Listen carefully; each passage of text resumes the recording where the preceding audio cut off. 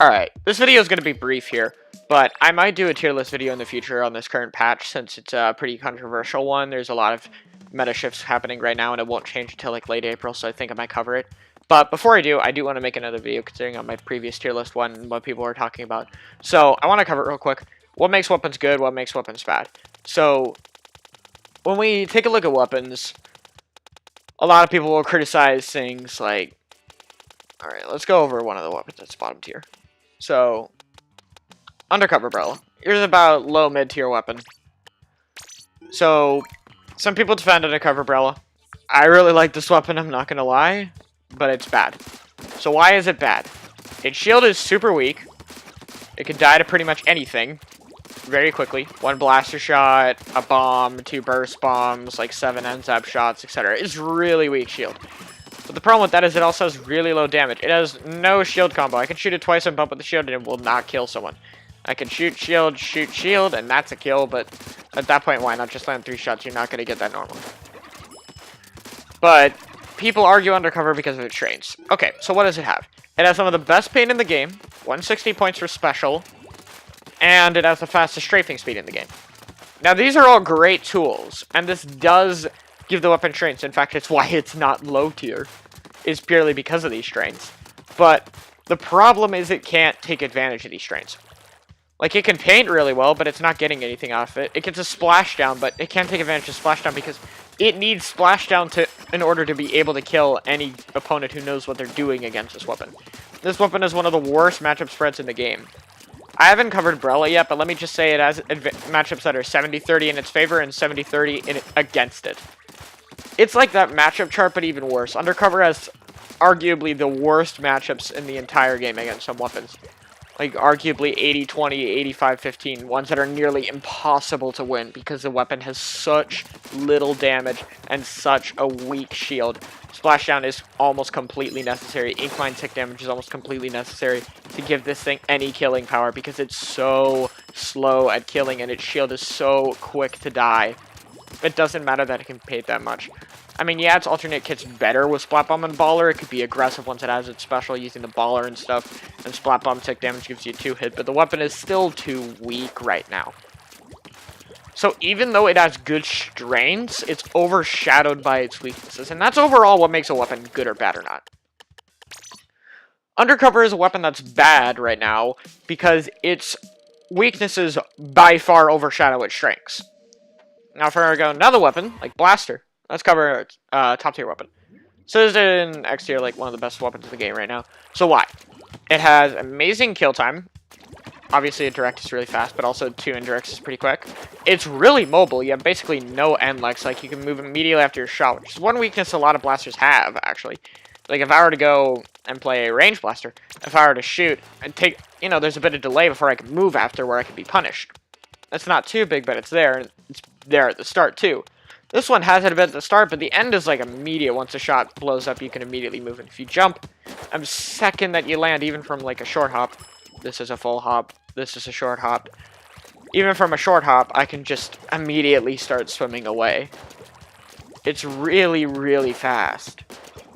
So it has insane killing potential because it's a blaster. It has this nice blast radius. It's quick. It has good range. This can still kind of outrange splatter shot. And it's got a direct for kill time. And it has an amazing kit. Toxic Mist allows it to close its gap on enemies and reduce where they can go and how fast they can move. And Splashdown allows it to kill confirm. I can splash down like right here and shoot, and then the outside hit combos in and I get a kill. And that's awesome. What's its weaknesses? It has air RNG a bit, so its shot deviates, meaning you'll hit them, but you probably won't get a direct. It's not that bad because it's not as enough range to where it'll really hurt you as much as it will with something like Range Blaster. Oh, and it struggles with paint only decently. But it's not that bad. Here's the problem. Alright, this is still not too bad painting. Like, this is considered bad, but it's honestly not too horrible. It's not too long within shots. And this is 170 points for special, one of the lowest in the game.